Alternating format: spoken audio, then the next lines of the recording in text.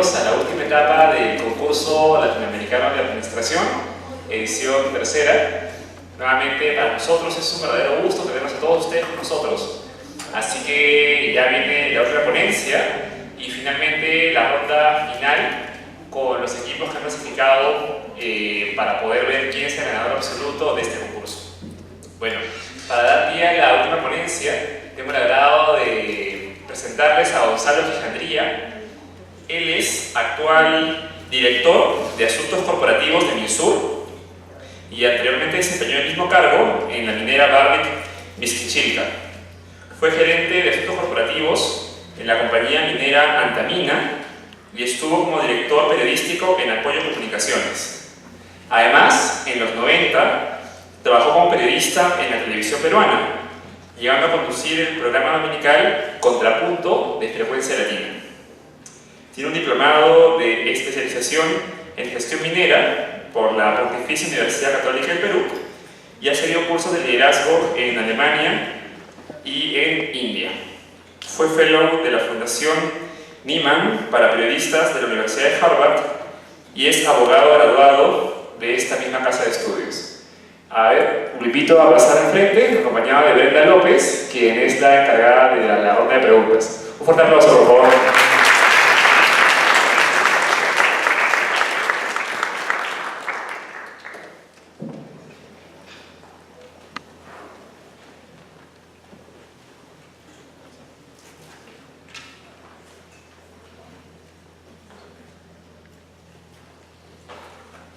Bienvenido, Gonzalo. Para nosotros es un honor contar con tu presencia y te invitamos a dar inicio a la conferencia que has preparado para nosotros.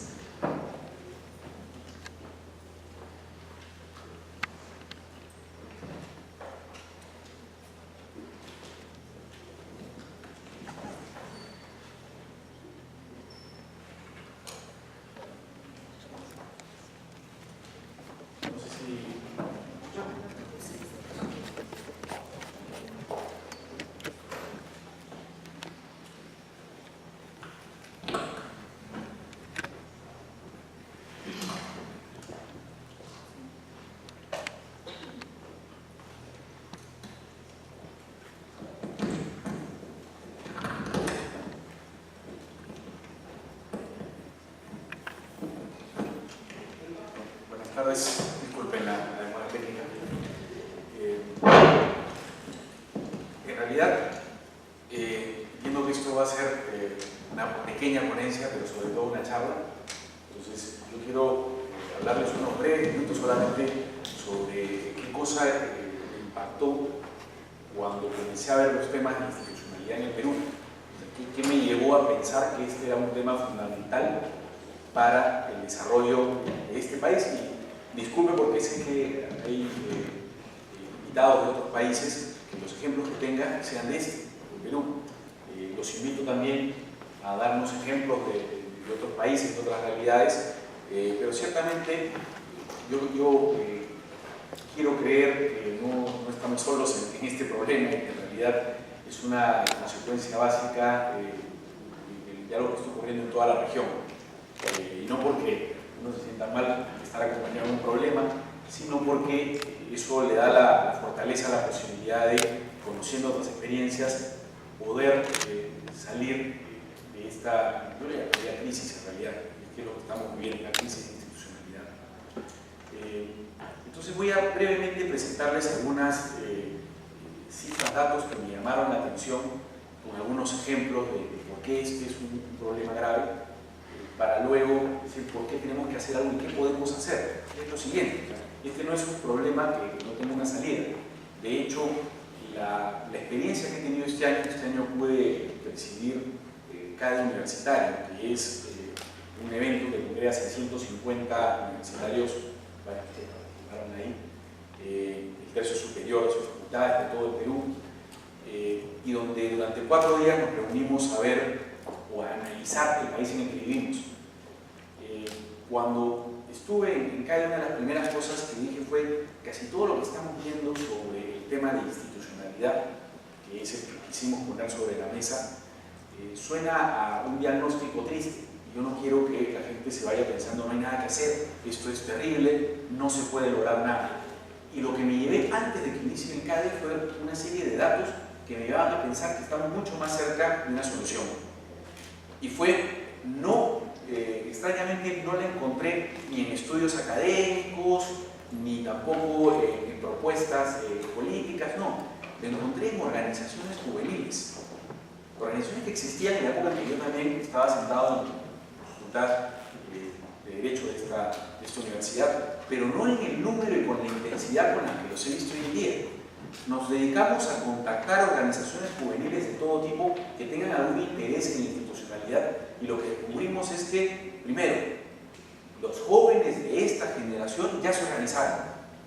Segundo, sus organizaciones son instituciones estables, es decir, han pasado por más de un año en el cual sobreviven a los fundadores, ¿no? Y en tercer lugar, el enfoque que tienen es el adecuado, es decir, se están enfocando en lo que necesitamos: conservación ambiental, institucionalidad política, es decir, están buscando también coherencia en la participación política, están buscando emprendedurismo como una forma de crear empresas para trascender, y no únicamente con el legítimo afán o fin de lucro, sino con el afán de trascender. Es decir, están enfocados en lo que necesitamos como país.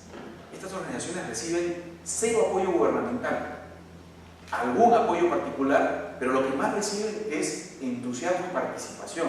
Es decir, en mi época existían estas organizaciones, pero como decimos, disculpen la comparación coloquial, se escuchaban los grillos, ¿no? Es decir, estaban vacías, había un par de personas que las motivaban, se movilizaban, pero no con la participación que he visto gracias, como les decía, a esta interacción que he tenido a través de cada universitario.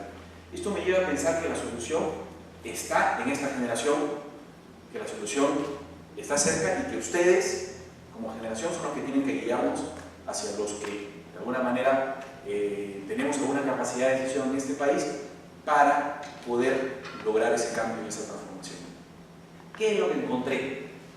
Miren, el World Economic Forum, Foro Económico Mundial, que es una institución que funciona en Suiza, muy respetada, muy grande, que tuvo su asamblea anual en el Perú en marzo de este año, marzo o abril de este año, elabora todos los años un ranking de competitividad. Es una ONG, pero muy grande, conformada por un directorio de las tal vez 50 empresas más grandes que hay en el mundo, ¿no? Forman un directorio y crean este Foro Económico Mundial, se juntan todos los años, van líderes mundiales, de hecho el presidente Humala ha ido, y digamos, se conversa de igual a igual entre líderes de empresas, líderes políticos, autoridades, etcétera, para diseñar cuáles son los siguientes pasos en el mundo.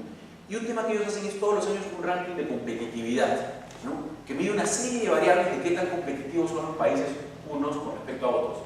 Cuando yo comencé a leer el ranking de competitividad, lo que decía es el Perú, como lo venimos escuchando hace mucho tiempo, ¿no? El Perú está para arriba, sumamente competitivo en términos de crecimiento económico, de hecho uno de los países que más crece del mundo, el país que más crece en Sudamérica, compitiendo ahí, y el país que más crece, uno de los que más crece en la región. Digamos, las cifras macroeconómicas, lo que estamos logrando como crecimiento del país es impresionante. Y nos impresiona un poco más a los que ya pasamos los 40 años, porque hemos venido de puestos de abajo a de pronto puestos muy competitivos, ¿no? Y que a nosotros todavía no nos suena satisfactorio, pero nos suena muy bien estar en el puesto 61 de un total de 144 países.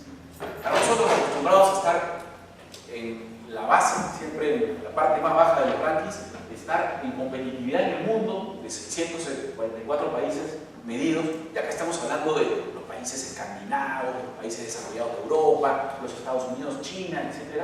Nosotros estar en el puesto 61 suena bien, sobre todo porque estamos al alza. Pero ¿qué veíamos? ¿No? Veíamos que esto ha ido incrementándose. Del 2007 al 2008 ocupó el puesto 86. ¿Cómo sigue creciendo? Del 2008 al 2009 el puesto 83, que ya era bueno, que ya nos sorprendió. El Perú ha mejorado en los últimos años entre 5 y 6 posiciones respectivamente. Y obviamente, cada vez que nos acerquemos más hacia la parte inicial, va a ser más difícil. Se va a ir subiendo puestos con menor intensidad cada vez. Pero me sonó bastante bien. Sin embargo, y esto, el Perú se encuentra en el puesto 109 de 148 países en el pilar de institucionalidad. Es decir, acá se miden muchas cosas: crecimiento económico, donde debemos estar muy arriba, gestión gubernamental, etcétera, pero institucionalidad, es decir, las preguntas que eran sobre cómo estamos en institucionalidad, seguimos en los puestos más bajos. Y es más, hemos descendido algunos puestos en algunas preguntas. El Perú está muy retrasado básicamente en eso. Confianza pública en los políticos, puesto 131 de 148. No confiamos en nuestros políticos. ¿Saben quiénes son nuestros políticos? Los líderes de este país. Es así siempre, ¿no? Cuando uno se pregunta quiénes son los políticos, son los líderes, ¿no? Son los que, gracias al voto de todos nosotros, gobiernan el país, nos lideran, ¿no? Entonces, nuestros líderes han logrado eso, ¿no? Nuestros líderes han logrado que estemos en el puesto 61 en competitividad. La respuesta del sector empresarial en el que estoy siempre es: no, eso lo hemos logrado los particulares. Bueno, así no se logra nada. Es decir, sí, el sector privado es el motor de la economía, es verdad, pero el motor de la gobernabilidad en un país no pueden dejárselo al sector privado. Es decir, pensar que el sector privado va a generar las condiciones para la confianza entre ciudadanos, por ejemplo, es hacer que los políticos tengan no solamente un rol nulo, sino que además el país entre en un proceso medio anárquico, ¿no? Entonces, con estas cifras no se llega a nada. Sin confianza en nuestros líderes, no vamos a seguir avanzando. No hablo de lo económico, en general. Independencia del Poder Judicial, puesto 126.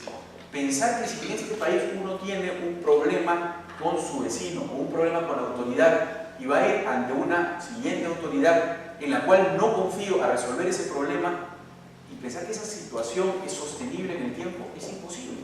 Tenemos que confiar en nuestros jueces, tenemos que confiar en las personas que deciden, digamos, entre estos discrepancias entre particulares.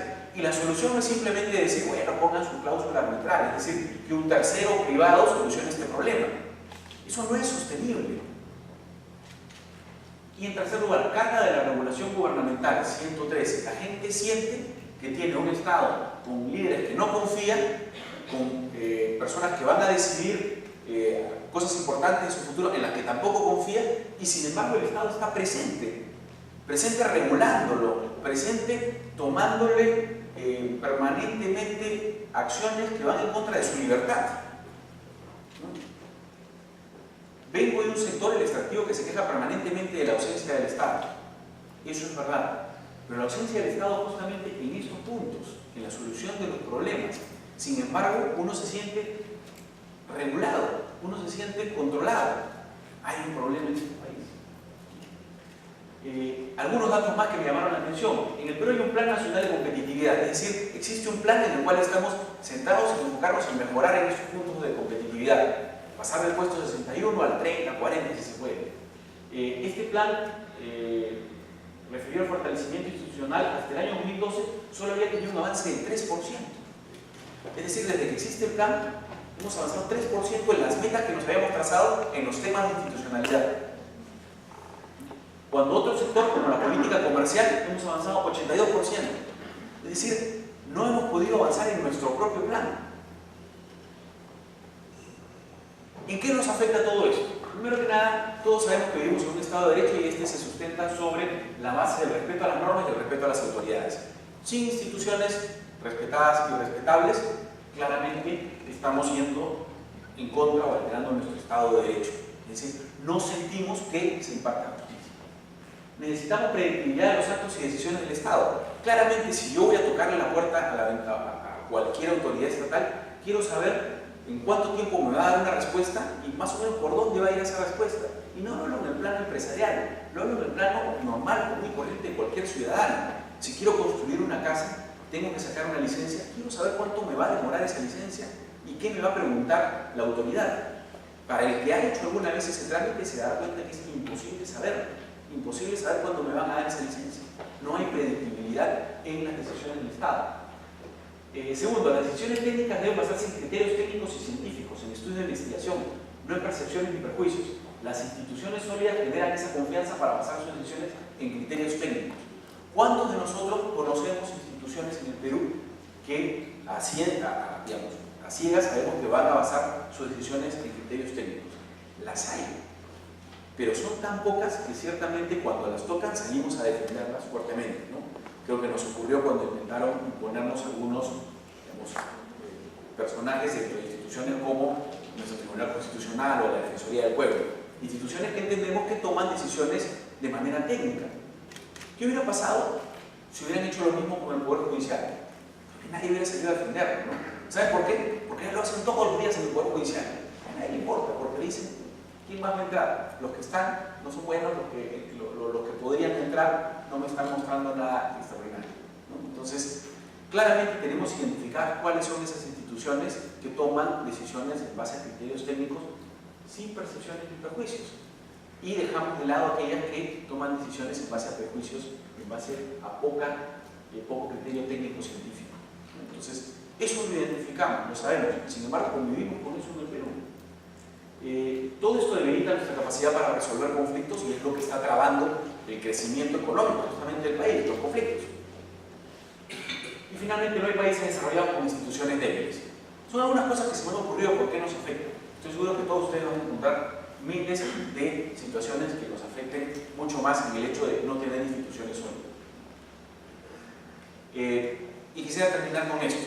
La respuesta es simplemente así es como somos, ¿no? O sea, la respuesta que normalmente he recibido y que sinceramente me llena de frustración es que así es el Perú, ¿no? Cuando escucho, miren, he presentado este recurso, se demoran 3 meses, debería demorarse 15 días, no me responden, nadie me da razón. ¿Cuál es la respuesta que uno escucha en las colas, no? Así es el Perú, porque espera, ¿no? Eso llena de frustración, porque si la respuesta es así es como somos, no tendríamos opción de cambio, y me niego a aceptarlo. Primero, como persona, pero segundo, por la propia experiencia que les estoy contando. Hoy en día existen miles de organizaciones que están buscando ese cambio y que están buscando esa fuerza para poder participar en decir que no es así como somos. No es mejor, no es verdad que yo viva en un país donde pedir perdón es mejor que pedir permiso, ¿no? Ciertamente, ocurre, ¿no? Muchas veces nos han dado esa respuesta. Hazlo nomás, pide perdón que es mejor que pedir permiso. No es mejor, no está en nuestra idiosincrasia, no está en nuestra sangre. Simplemente es una respuesta fácil a alguien que no ha querido hacer el esfuerzo de hacer un cambio, ¿no? Premiamos a Pepe el Vivo y pensamos que está bien. Uno piensa, sí, pues fui más vivo, por eso gané. Y premiamos con nuestra, digamos, nuestro aplauso muchas veces a Pepe el Vivo. Pepe el Vivo es un ejemplo genérico, ¿no? Cualquiera puede pensar que, sí, pues estoy en una carretera, me metí por el lado derecho donde no debo, pero le gané a los otros carros, ¿no? ¿Cuántas veces uno siente una frustración cuando ve eso? Pero también escucha al costado, ese vivo, pues ese llegó antes. Lo que debemos hacer claramente es denunciarlo, es pedir a la autoridad que lo sancione, y es vivir en un país donde sería impensable pensar que eso puede darse. Desconfiamos de nuestros vecinos. ¿Cuántas veces he escuchado esa frase de piensa mal y acertarás? Bueno, con eso no se logra nada. No hay capital social posible cuando uno piensa mal y acierta. Es decir, tenemos que tener ciertos niveles de generación de confianza para que algo se logre. ¿Y cómo generamos confianza? Muchas veces perdiéndola, pero no perdiendo la esperanza de saber que mi vecino está mejor intencionado de lo que yo pienso. Y puedo llegar a asociarme en cosas mínimas con él. Y voy a hacer el esfuerzo tal vez de encontrar ciertos niveles de coherencia y compatibilidad entre lo que él piensa y lo que pienso yo. Pero pensemos que los dos estamos por lo mismo. Me tocó vivir algunos años en un país donde mi departamento daba un parque y el parque estaba cuidado de una manera impecable. Y cuando pregunté y dije, ¿qué bien cuida el municipio el parque? El vecino del piso abajo me dijo, ¿qué municipio se lo cuidamos nosotros los vecinos? Y le pregunté y me dijo, claro, acá existe la asociación de vecinos para encargarse del parque, y el parque efectivamente cambiaba de flores, estaba perfectamente bien cuidado, era autogestión con autogravamen, ellos mismos se grababan para cuidar su parque en un arreglo con la municipalidad. Estoy hablando de un país con muchísimos recursos, donde el municipio podía perfectamente encargarse de ese parque, pero los vecinos querían encargarse y tenían la autorización, el cuidado del foro, y realmente funcionaba muy bien. Cuando yo pienso, y porque también he vivido en edificios en Lima, lo difícil que es ser parte, ¿no?, de la junta de vecinos de un edificio y tomar una decisión sobre hay que pintar la fachada se hace imposible. Uno piensa, ¿qué lejos estamos de eso? ¿No? Pero creo ciertamente que si uno no participa, si uno dice simplemente, no, yo no voy a la junta de vecinos porque no se logra nada, si uno no intenta poco a poco tratar de entablar relaciones con esos vecinos y tener un poco de confianza en que finalmente su decisión, puedo vivir con su decisión, quizás pueda yo, digamos, lograr ciertos consensos y no desfallecer en el intento. Si uno no logra eso, jamás voy a lograr ese sueño de pensar en que hoy el edificio, mañana el parque, pasado mañana la ciudad, que es lo que deberíamos hacer. Nos rendimos ante el statu quo, no lo retamos. Y eso es parte de nuestra idiosincrasia. No lo creo. Este es un país que ha derrotado el terrorismo, este es un país que ha derrotado la hiperinflación. Ese era el statu quo de esa época y no ha sido hace mucho. ¿Nos rendimos? No nos rendimos. Por tanto, ¿por qué voy a pensar que el peruano es así? ¿Por qué voy a pensar que el peruano simplemente es así, se rinde rápido ante el statu quo y ha convivido toda su vida ante un estado catastrófico, ante un gobierno, ante gobiernos que no le han respondido? No es así. Finalmente, esto de acá es el espíritu latino, ¿no? Cuando uno comienza a pensar, claro, es que deberíamos ser como Suiza, es que acá no somos suizos. Debería ser como Suecia, es que acá no somos pues suecos. Mentira. Y les digo un dato, los países escandinavos, europeos, siguen funcionando bastante bien muchas veces. Bueno, su población ha cambiado, no hay mayoritariamente, pero tienen un gran componente y sobre todo funcionarios públicos, cómo funciona su aparato estatal, con inmigrantes, latinos muchas veces, africanos, otra gran parte de veces, asiáticos, una mayoría, muchas veces. ¿No? Entonces, no podemos pensar que ese Estado que funciona como un reloj está compuesto por suizos, o está compuesto por suecos, o está compuesto por daneses únicamente. No, también corre sangre latina por ahí porque el mundo ya cambió. El Estado, por ponerles un ejemplo, en California, es uno de los más eficientes que tiene los Estados Unidos, pese a que tiene un enorme déficit, pero funciona bien para la cantidad de gente que tiene, ¿no? Para el negocio que funciona, tiene muchos defectos sí, pero funciona bien. Ese Estado sí es mayoritariamente latino, no me pueden decir que ese es el espíritu latino y que una vez uno está en California funciona distinto a como está acá. Ese es un ejemplo que uno le da muchas veces, ¿no? Uno maneja muy mal en Lima, pero cuando le dan un brevete y se pone a manejar en otro país, comienza a respetar las reglas. Eso es cierto, pero no ocurre necesariamente solamente fuera del país.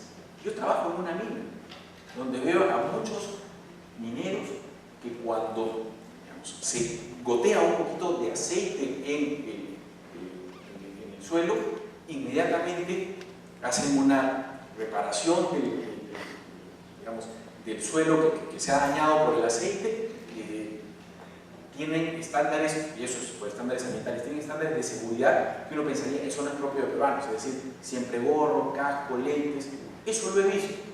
Y lo he visto no porque se les imponga una sanción o una multa, sino porque parte del espíritu del peruano es hacer bien las cosas cuando recibe un incentivo.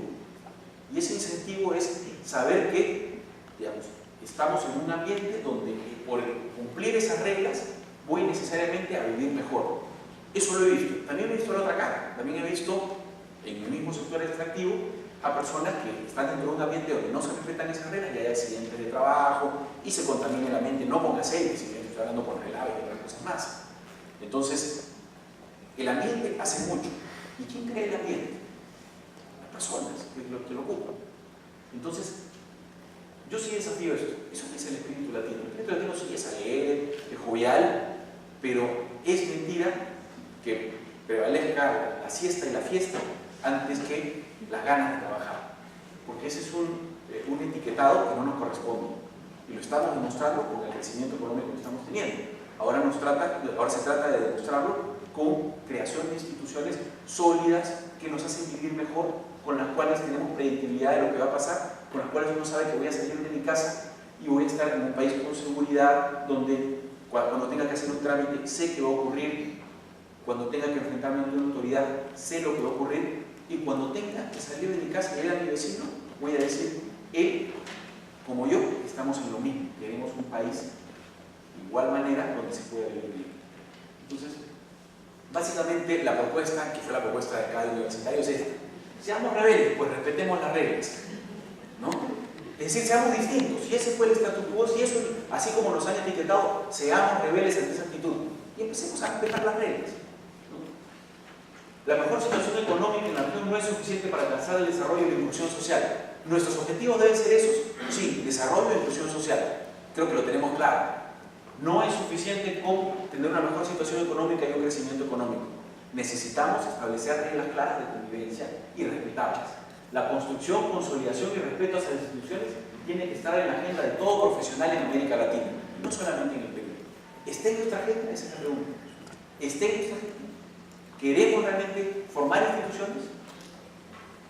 Existen hoy muchas organizaciones juveniles donde se pueden canalizar las iniciativas para generar un cambio desde la institucionalidad.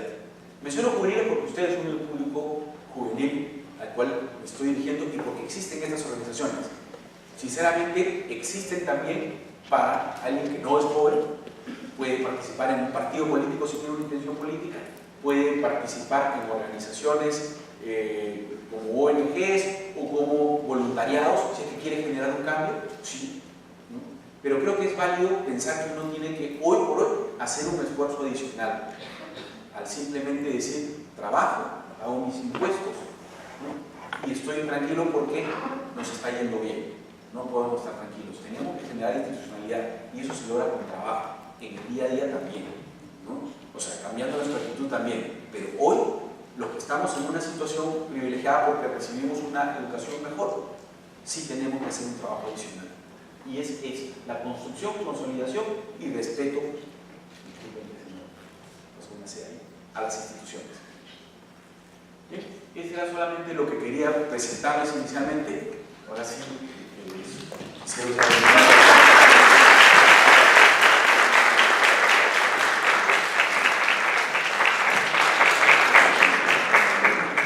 usar para comenzar. Sí, conversamos un poco de las instituciones. Nos hablabas del tema de las instituciones, pero no solo en el ámbito privado, ¿no? Son reglas de convivencia para mejorar las relaciones entre personas, entre ciudadanos. Lamentablemente el Estado pues, comete muchos fallos en institucionalidad, vemos que hay problemas de representación, problemas en el poder judicial. Sin embargo, como universitarios, ¿qué nos ayudaría a ponernos de pie ante esto?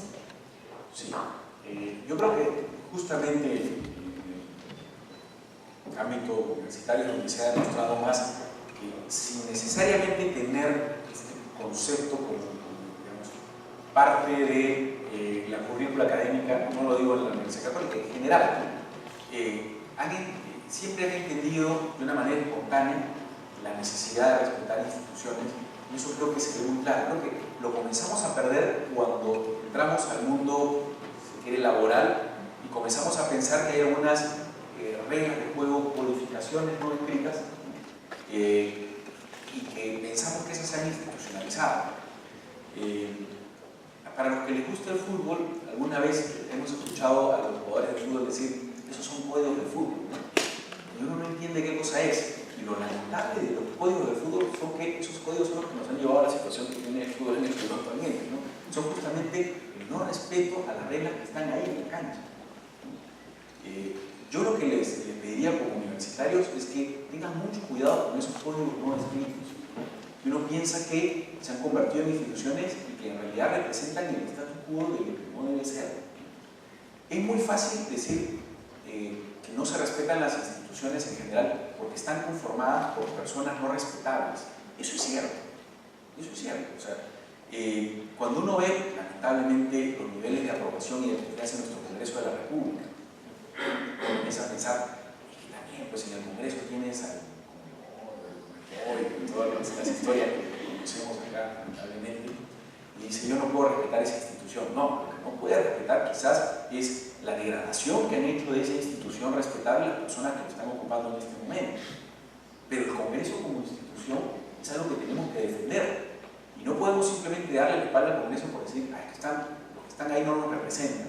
No, sí nos representan, nos elegimos. Creo que lo que tenemos que pensar es cómo hacemos para que esas personas se den cuenta que los hemos elegido para otra cosa, no para lo que están haciendo. Y pensar cada 5 años lo importante que es esa elección y divulgar entre todos los que tenemos cerca lo importante que va a ser para nosotros toda esa elección. Y hay una agenda ahí, una agenda necesaria de cambio, por ejemplo, ¿no? No es posible que sigamos pensando que podemos mantener un sistema para elegir a nuestras autoridades donde es obligatorio el voto, cuando es un derecho, necesariamente. El voto obligatorio no hace otra cosa sino digamos, hacer que mucha gente vote por obligación, y eso está mal. Eso es una cosa demasiado seria como para pensar que voy a tomar una decisión por obligación. Entonces hay que repensar alguna de esas cosas. Y creo que eso debería estar en el debate justamente universitario. Entonces, ¿qué pueden hacer? Uno, ya lo dije, participar, crear instituciones como organizaciones juveniles sirve de mucho. Y no es una moda. No es que ahora esté de moda participar en el voluntariado, no es que ahora esté de moda participar en alguna organización juvenil. Creo que han identificado claramente que el país como está no les va a servir cuando salgan. Y que tienen que comenzar a transformarlo desde ya. Y la forma es creando estas organizaciones que poco a poco los va a preparar para cambiar las instituciones que se van a encontrar cuando salgan al mundo laboral. Muchas gracias. También quisiera saber que no solo se trata de generar reglas, ¿no? No es escribir normas y tenerlas impresas y leídas y memorizadas, no, sino también es internalizar esas normas y creer en ellas, la generación de confianza de la que nos hablabas. Pero esta nace también a partir de la coherencia, ¿no?, de nuestras autoridades. Quizás quisiera que me comentes un poco más de esto, de cómo ves el tema de que esas autoridades sean completamente conscientes de su papel, de su rol. Eso es muy cierto. Y lamentablemente uno esperaría lo contrario, ¿no? Que sean las autoridades las que nos den el ejemplo de cómo, digamos, generar instituciones, cómo respetarlas, cómo mantenerlas. En el Perú hemos sufrido muchos baches, crisis de institucionalidad, sobre todo en los últimos años, y eso nos está pasando en la factura. Seguimos pagando una factura carísima por ejemplo, decisiones como el cierre del Congreso. O sea, uno dirá, era lo necesario, lo que había que hacer, eran impopulares. Eso ocurrió en el año 92, es decir, no es en la prehistoria, ocurrió hace algún tiempo. Pero esos hechos,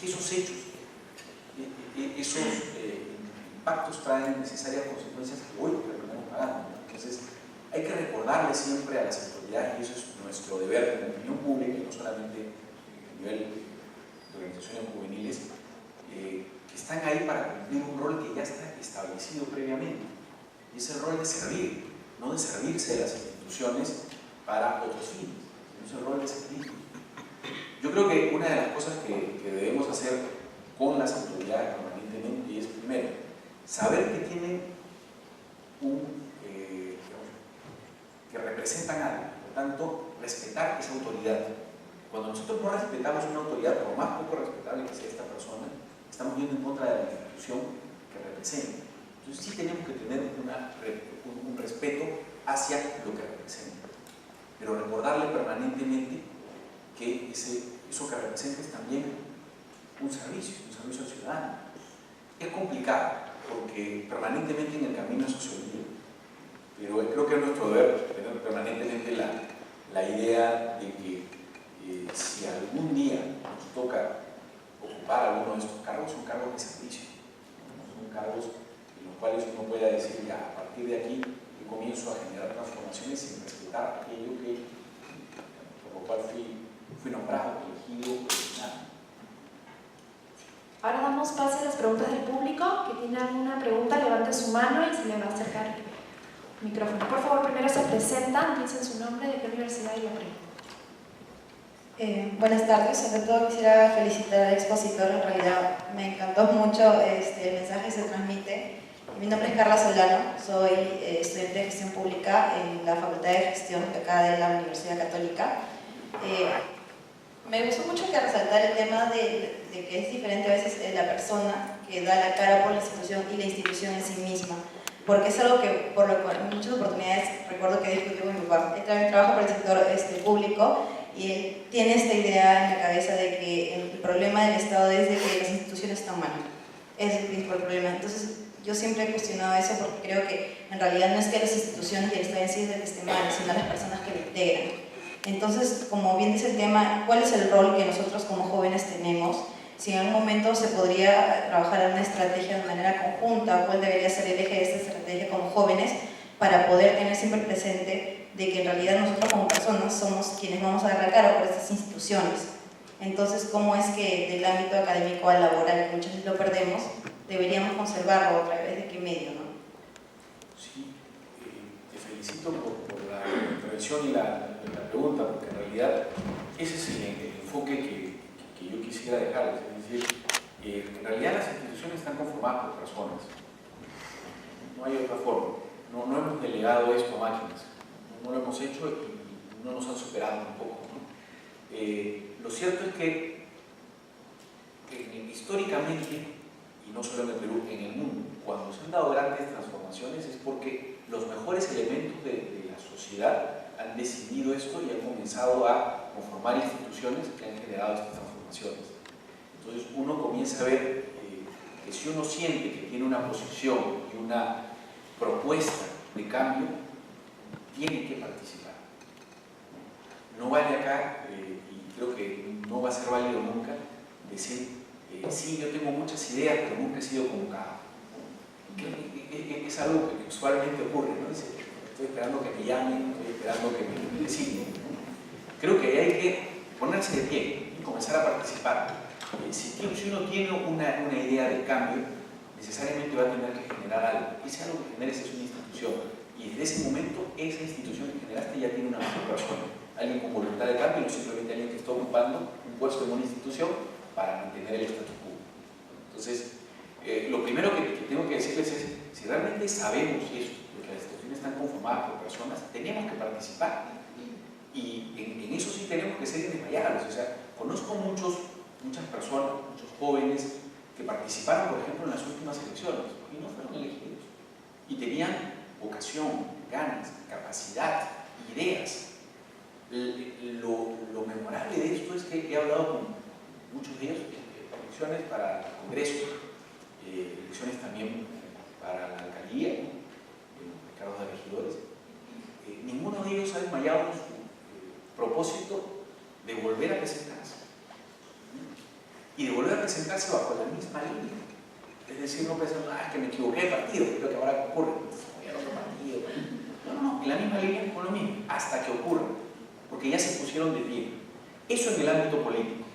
En el ámbito, digamos, de gestión pública ocurre exactamente lo mismo. Tengo el privilegio de tener dentro de mis compañeros de clase una jueza, por ejemplo, que tenía todo, y lo ha tenido todo en la vida como para no ser, para, digamos, no ocupar un cargo que hoy en día lamentablemente no prestigia. Y sin embargo ha querido hacer la carrera desde el inicio, llamada por los mejores estudios de abogados del Perú. Preciosa jueza.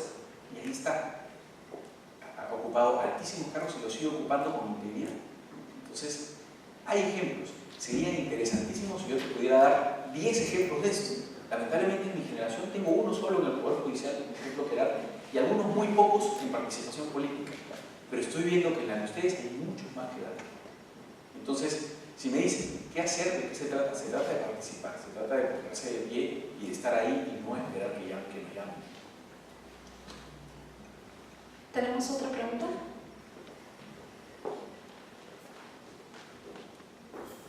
Primero aquí y luego... Buenas tardes, soy José Valerio de la Universidad de la carrera de Ciencia Política y tengo dos preguntas. Uno, usted mencionó de que el Estado mucho regula. ¿Ya?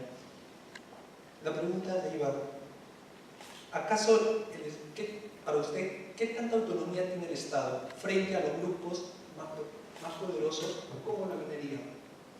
Ahí, la primera. La segunda, usted mencionó sobre los criterios técnicos que deben tener, digamos, los tomadores de decisiones que están dentro del Estado.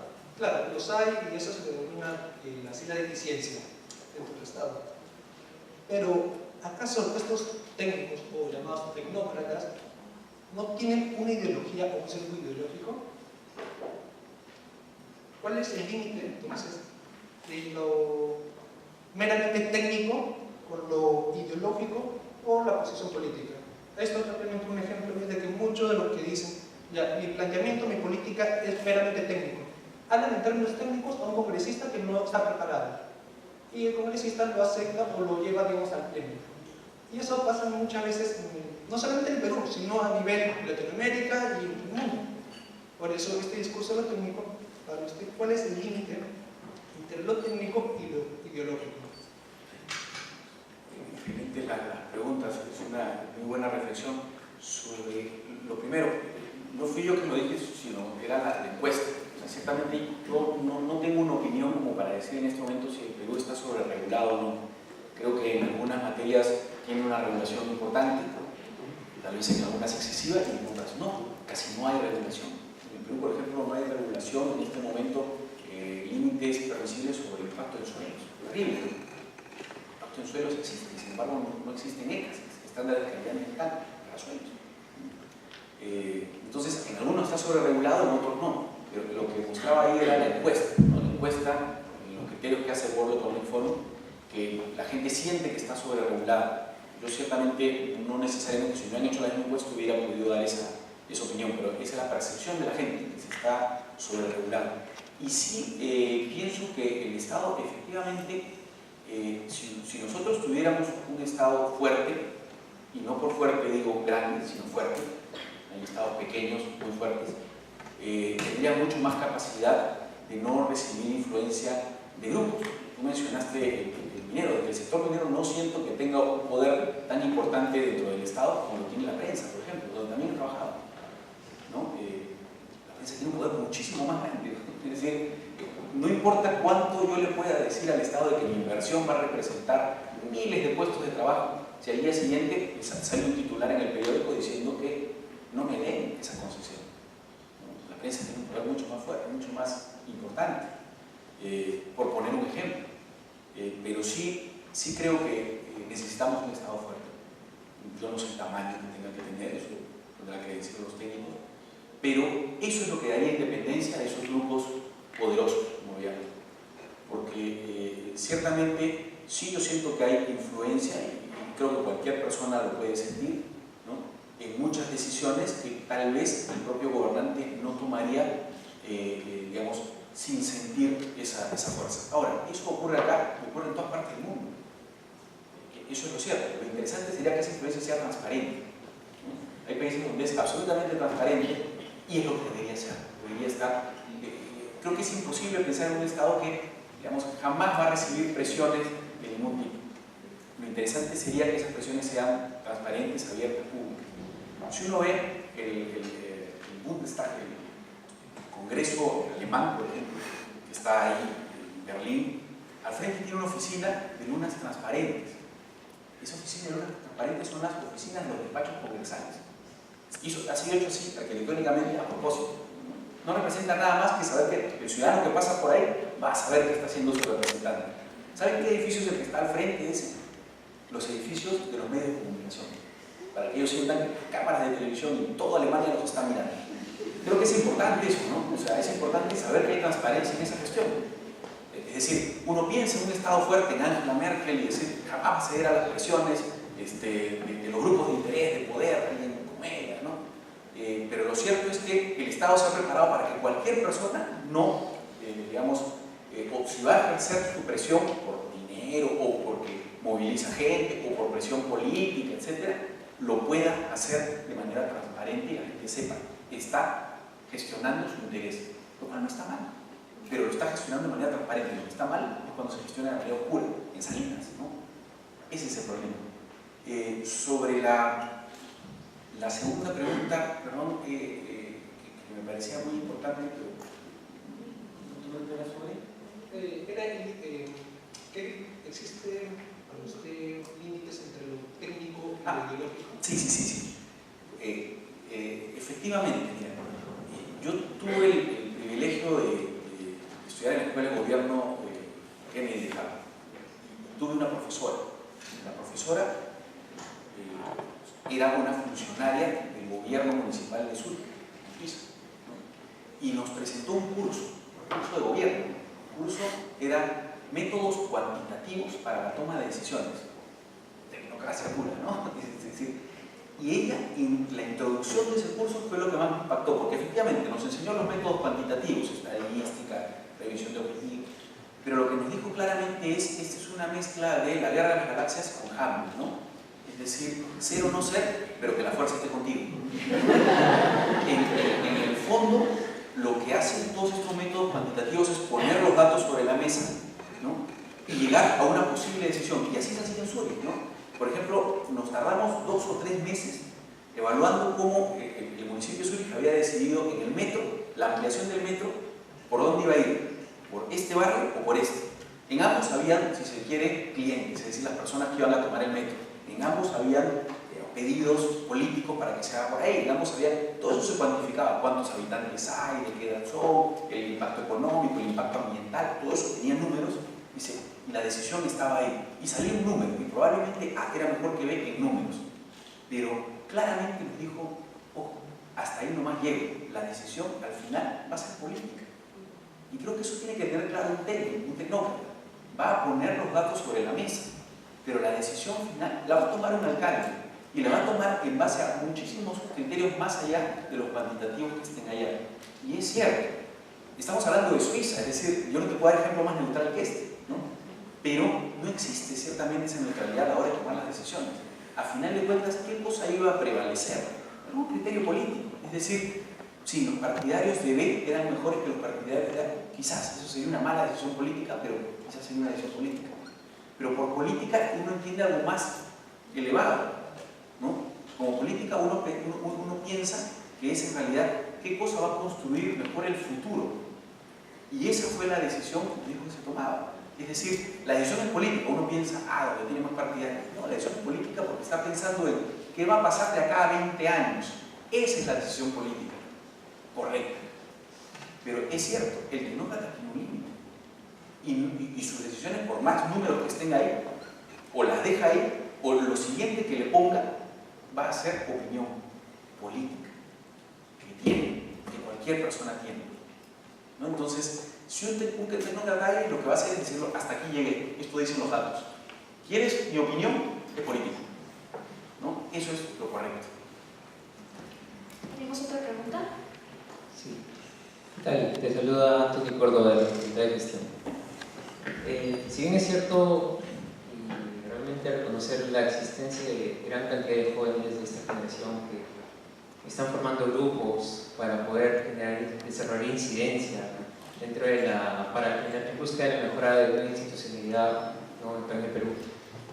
Respecto al rol del Estado, ¿no?, ¿cuál es el siguiente paso que debería tomar, a pesar de la existencia, por ejemplo, del Consejo Nacional de la Juventud, ¿no?, que, bueno, toma diversos temas sobre diversas situaciones juveniles, pero si bien es cierto, existen gran cantidad de estas, he tenido la oportunidad de también conocer a algunos de sus integrantes, donde existe un límite, ¿no?, donde estos grupos pueden llegar a proponer algo o decir algo, ¿no?, pero que muchas veces el Estado no los toma en cuenta.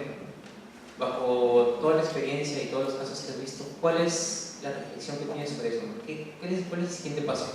¿Hasta cuándo debemos esperar este momento en el cual nosotros los jóvenes o los grupos que existen puedan realmente tomar un poco más de participación, ¿no?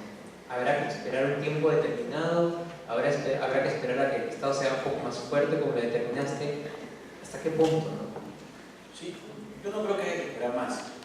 Lo que creo que hay que tener mucho cuidado, es decir, la institución, si se quiere decir así, juventud peruana, es muy apreciada políticamente. Hay que tener mucho cuidado con eso, ¿no? ¿Por qué? Porque ciertamente este es un país joven, representan cualquier movilización posible y por tanto de eso deberían ser conscientes los jóvenes, de que sus decisiones van a ser escuchadas mucho más allá de cualquier otra voz dentro de otros sectores si los separamos en edad. Es decir, lamentablemente la voz de los jubilados tiene un límite, ¿no? Son pocos. O sea, este es un país mayoritariamente joven. Eso lo saben los políticos. Y por eso han creado una serie de iniciativas para, digamos, tratar de encauzar esa voz en favores políticos. Y no está mal el Consejo Nacional de la Juventud y otras más. lo importante va a ser que la juventud sienta que esos canales que se ofrecen tienen que ser tomados por una agenda propia, ¿no? Y no, o sea, digamos, una agenda propia de la juventud, los intereses reales, para poder ser escuchados, y no, digamos, agendas particulares para que sean trampolines particulares, políticos, empresariales, etc. Hay que tener mucho cuidado con eso, porque ciertamente cuando uno dice sí, yo quiero escuchar la voz de los jóvenes y crea algunas de estas iniciativas, hay que mantener con mucho criterio que hay demasiado interés muchas veces en tratar de utilizar esta voz de los jóvenes, y uno. Y dos, lo que ocurre muchas veces, que por naturaleza el joven, creo que cualquier peruano le ocurre lo mismo, no solamente a los jóvenes, tiende a desconfiar de aquellos que han sido designados para representarlos, porque uno no los eligió, ¿quién le ganó? ¿No? Para que esté ahí hablando por esto. Yo creo que muchas veces eso ocurre.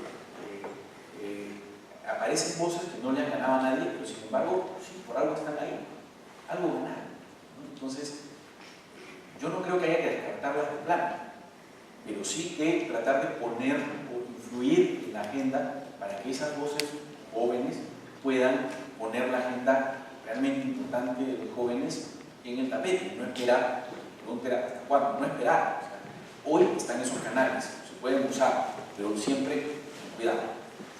Hoy están también algunas voces juveniles, hay que usarlas necesariamente. Entonces, yo creo que lo que más va a servir es cuando los propios gobernantes se den cuenta de que la juventud no hay que organizarla, sino que ya está organizada.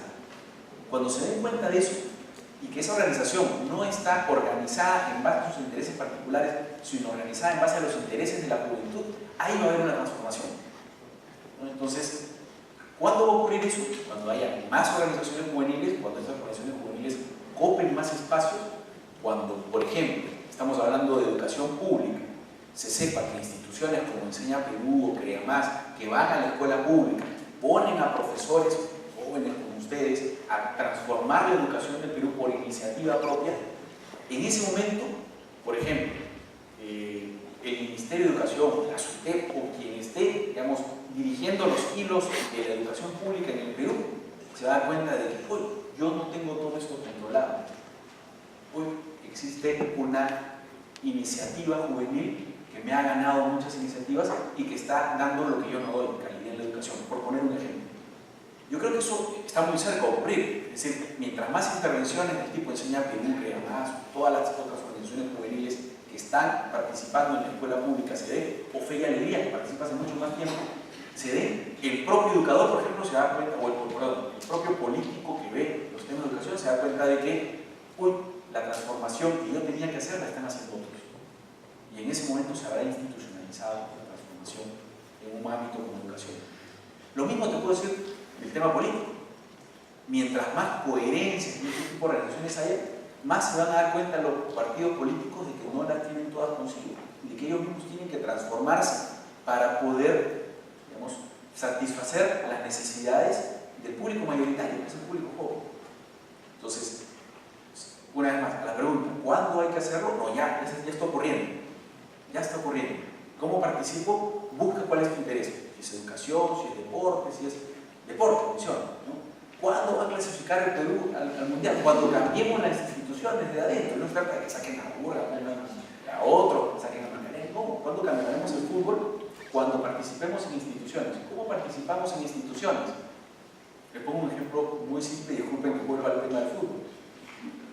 Yo puedo mencionar acá cuántos son hinchas de la U, cuántos y voy a recibir un montón de manos. Les voy a preguntar cuántos son socios de su club. Muy pocos, tal vez ninguno. ¿Cuántos han querido participar en la institución club deportivo? Y desde adentro ir ahí, no cuesta nada. ¿Saben cuánto cuesta la mensualidad en Alianza Lima, por ejemplo? 10 soles. Digamos, creo que podemos hacer un esfuerzo y pintarnos 10 soles para participar. Y tendré derecho a voto para elegir al presidente, para elegir y podré participar en esto. Probablemente por ser alguien joven y entusiasta me nombren delegado de una comisión y de pronto no me doy cuenta y ya tengo participación en el club y estoy haciendo algo por transformar el fútbol desde adentro, y mañana más tarde me voy a dar cuenta que esa participación y esa transformación en ese club probablemente genere que estemos en el Mundial. Y habré dejado de quejarme viendo la televisión diciendo, bueno, tenemos al Mundial con un ¿no? Que sí tiene mucha responsabilidad, pero ciertamente nosotros también por no participar. Tenemos aquí también dos preguntas.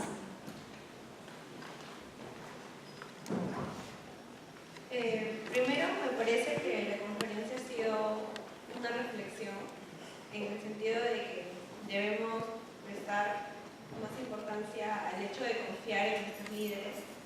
Y por ese lado va mi pregunta, ¿no? Si bien es cierto, los líderes son los que nos representan en el Estado, pero hay un serio problema con la desconfianza respecto de nosotros como ciudadanos frente a las autoridades.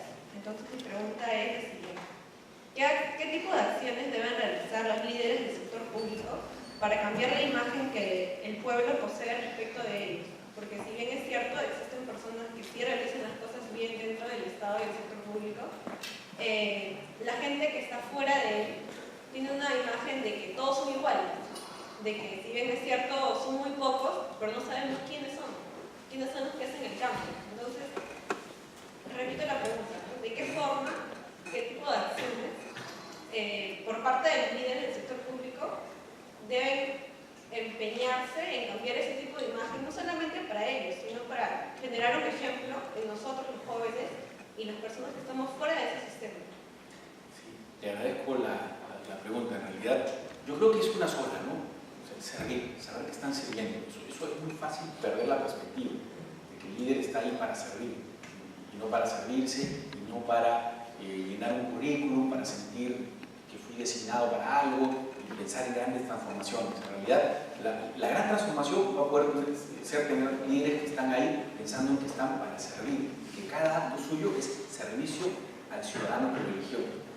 Y quiero, me vas a disculpar el ejemplo, pero creo que hay muchas acciones pequeñas en casos concretos de cosas que no hacen nuestros líderes. Un ejemplo de los ministros. Mi padre fue ministro de Estado, fue ministro de Agricultura hace unos años. Y ya existían las camionetas con circulín. Y yo no vivía en su casa porque ella trabajaba, pero recuerdo que un jefe de seguridad dijo un día que era terrible porque le había quitado la circulina. Entonces, ¿cómo yo puedo hacerlo llegar temprano, protegerlos si me ha prohibido la circulina? Y claro, estamos calculando el tráfico de Lima, que ya era complicado y todo lo demás. ¿Cómo llegar? La circulina es la sirena que le ponen a los patrulleros, a los carros, para que paren el tráfico y pasen los carros de las autoridades. Y uno que esté en la calle siente una frustración tremenda, ¿no? O sea, yo también lidio con el tráfico porque van a parar a él. Además, su sueldo viene de mis impuestos. O sea, ¿qué corona le han puesto para que tengan que parar el tráfico? La seguridad argumenta de que no podemos, es inseguro, tenemos que hacerlo llegar a tiempo. Y en el fondo lo que nos están diciendo es que es más importante su reunión que la nuestra. Eso es lo que nos están diciendo. Bueno, vuelvo al ejemplo porque te lo digo así. Mi padre tuvo el récord de haber llegado al Consejo de Ministros en punto durante toda la sesión, a diferencia de todo el resto de ministros, y no usaba circulina. Entonces, de que se puede, se puede. Nunca lo secuestraron, nunca lo intentaron asaltar, no pasó nada, entraron en nuestra seguridad. Es más, muy poca gente conoce a los ministros, que es la verdad. Es muy bajo. Entonces, no hay tal problema de seguridad, no hay tal problema de poder llegar tarde a decisiones importantísimas que me llama el presidente. Creo que cualquiera de nosotros siente que si nos llama nuestra madre va a ser mucho más importante que si ese señor va a ser el presidente, ¿no? Entonces, ¿por qué no tenemos circulina? Eso es un ejemplo pequeño que te dice mucho de institucionalidad. Institucionalidad respecto a las reglas de tránsito, sobre todo, y muy presente, ¿no? O sea, bastante en eso. O sea, esa institucionalidad respecto a las reglas de tránsito. ¿Por qué estos señores no la respetan ya sin que un policía pare el tránsito para que pase? Me están dando un ejemplo pésimo de institucionalidad, ¿no? Entonces, y sin embargo lo hacen todo el tiempo, y no reclamamos, y no decimos nada. Y ustedes saben que podemos, además, accionar judicialmente contra eso. Solamente hay 3 personas en el país que tienen derecho a que se detenga el tránsito por ellos, y son los presidentes de los 3 poderes: judicial, Congreso y el presidente de la República. Y sin embargo, acá está el viceministro de Hacienda, tiene derecho a que le paren el tránsito. No está bien. Está bien, o sea, no tiene derecho. Y segundo, creo que ni esas 3 personas deberían tener ese derecho porque es un mal ejemplo.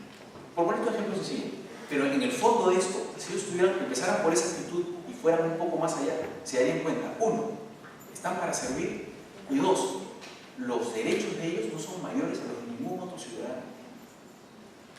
Esas son 2 cosas que creo que debe tener clara cualquier autoridad para comenzar a generar un cambio. Ahora, no se trata de elegir a personas que tengan esas 2 cualidades. Sería ideal si los presidentes del Consejo de Ministros a la hora de elegir sus ministros preguntaran esas 2 cosas. ¿Estás dispuesto a servir? ¿Está claro que tus derechos no son mayores a los de ningún ciudadano? Si tuvieran respuestas positivas, recién el primer filtro. No ocurre así, nunca les han hecho esas preguntas, ¿no? Pero sería interesantísimo. Pero también está en nuestra acción. Creo que nosotros tenemos el deber de hacérselo notar. Sí, faltar el respeto a la institución, sí, faltar el respeto a la investidura, pero creo que tenemos el derecho y el deber de hacérselo notar. ¿Tenemos también una pregunta? Mi pregunta va respecto a la pregunta que se hizo sobre la tecnocracia y las ideologías. Cuando se mencionó la pregunta y cuando usted respondió, me hizo reflexionar un poco sobre qué pasa con el respeto a la institucionalidad. Sucede que, como usted dijo, si bien la tecnocracia hace todo el proceso técnico, la decisión es política. Entonces, ahí vemos la importancia del papel político. Pero ¿realmente existe solamente una brecha entre la tecnocracia y la ideología? ¿O también existe últimamente una brecha entre lo que es el poder político y las ideologías? Mi reflexión fue que, actualmente lo que sucede es que el respeto no se da porque no se encuentra representatividad, porque un partido político ya no representa una ideología, un plan, como dijo usted, que debería ser a futuro sobre lo que se quiere para el país, sino son propuestas inmediatas. Quisiera saber qué opina al respecto. Sí, eso es muy cierto. Y tiene que ver con, estamos viendo una democracia sin partidos políticos. No estoy muy claro con las cifras, pero entiendo que el partido político con más partidarios inscritos, uno pensaría que es el APRA, no, es el PPC. Tiene más personas inscritas en su partido. Y sin embargo, el presidente del PPC fue elegido con 200 y tantos votos por última vez. Es decir, los propios caracterizados dentro de su partido, las propias personas que pertenecen al partido, no participan en las elecciones internas, no eligen a su propio presidente. Y muchas personas ni siquiera saben que son parte del partido político, pero tienen más inscritos que ningún otro, ¿no? Eso lo diferencia, por ejemplo, del APRA, que sí tiene muchas personas caracterizadas, pero que sí participan en su partido político. Ahora, ¿qué cosa está pasando? ¿Por qué ocurre eso? Porque precisamente las ideologías de los partidos políticos, los que quedan, tenían unas agendas que ya terminaron, es decir, hicieron agendas pensando en los próximos 50 años, ya pasaron esos 50 años. Hicieron agendas pensando en los próximos 20, 30 años, ya pasaron esos 50 años. No ha habido otra reflexión dentro de los propios partidos de qué cosa nos espera en los próximos 100 años. Es algo que debería ser válido. Y los que lo han hecho ha sido, digamos, iniciativa de un líder, pero no, digamos, ¿dónde está el planeamiento estratégico y no solamente el táctico político, sino el cómo vemos el país como partido, como propuesta ideológica en los próximos años? ¿Algunos de ustedes saben de esos ejercicios? Ciertamente usted como estudiante de ciencia política sabe que no se está dando. No se está dando y es algo fundamental dentro de los partidos. Primero, que tienen poca gente, tienen poca representatividad. Y segundo, que los que tienen representatividad tampoco están pensando en cuál es su propuesta ideológica. Yo no creo, sinceramente, aunque en algún momento pensé que quizás en el mundo se estaba dando un fin de las ideologías y todo eso, ¿no? Yo creo que ciertamente se han ido transformando y lo que debe haber justamente es un pensamiento hacia dónde va, ¿no? Pero en el Perú estamos lamentablemente muy lejos de eso, no solamente por la poca institucionalidad de los partidos políticos, sino que los que sí son instituciones no están pensando en sus ideologías para los próximos años, sino en la táctica de ganar elecciones en el corto plazo, ¿no? Eso es cierto.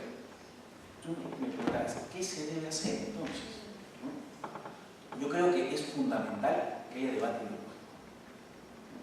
Y si no se da en los partidos, se tiene que dar en otro ambiente, se tiene que dar en otro ámbito. La suerte de esta casa es que jamás renunció a su debate ideológico. No ocurre en otras universidades. Pero creo que eso es fundamental.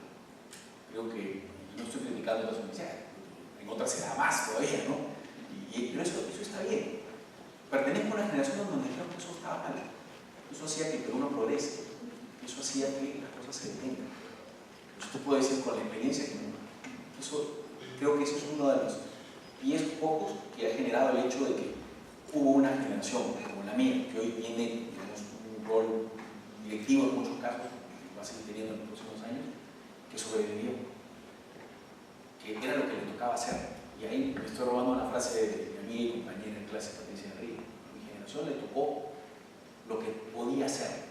No podíamos hacer más, porque había bombas en la calle. Hicimos lo que pudimos. Bueno, a la generación de ustedes les toca hacer lo correcto, hacer lo que hay que hacer. O sea, como se puede hacer debate en el campus, se debe hacer debate en el campus. Y a mí porque era peligroso, ciertamente. Y todavía lo es un poco.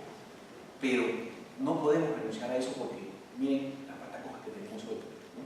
Entonces, dentro de los partidos, fuera de ellos, en casa, en el campus, en todos lados, tiene que haber ese debate ideológico para que sea recogido por los propios partidos. Sepan, eso se está hablando en la calle. No renunciemos a eso.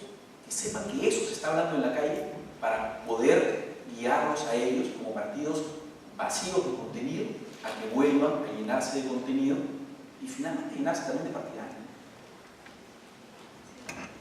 Ya no hay tiempo para más preguntas, por eso quería agradecerte muchísimo tu presencia, habernos hecho reflexionar del tema de institucionalidad, de generar respeto, confianza, creer en nosotros. Y para esto quisiera invitar a un integrante del equipo organizador para alcanzarte un presente. Un fuerte aplauso para Gonzalo.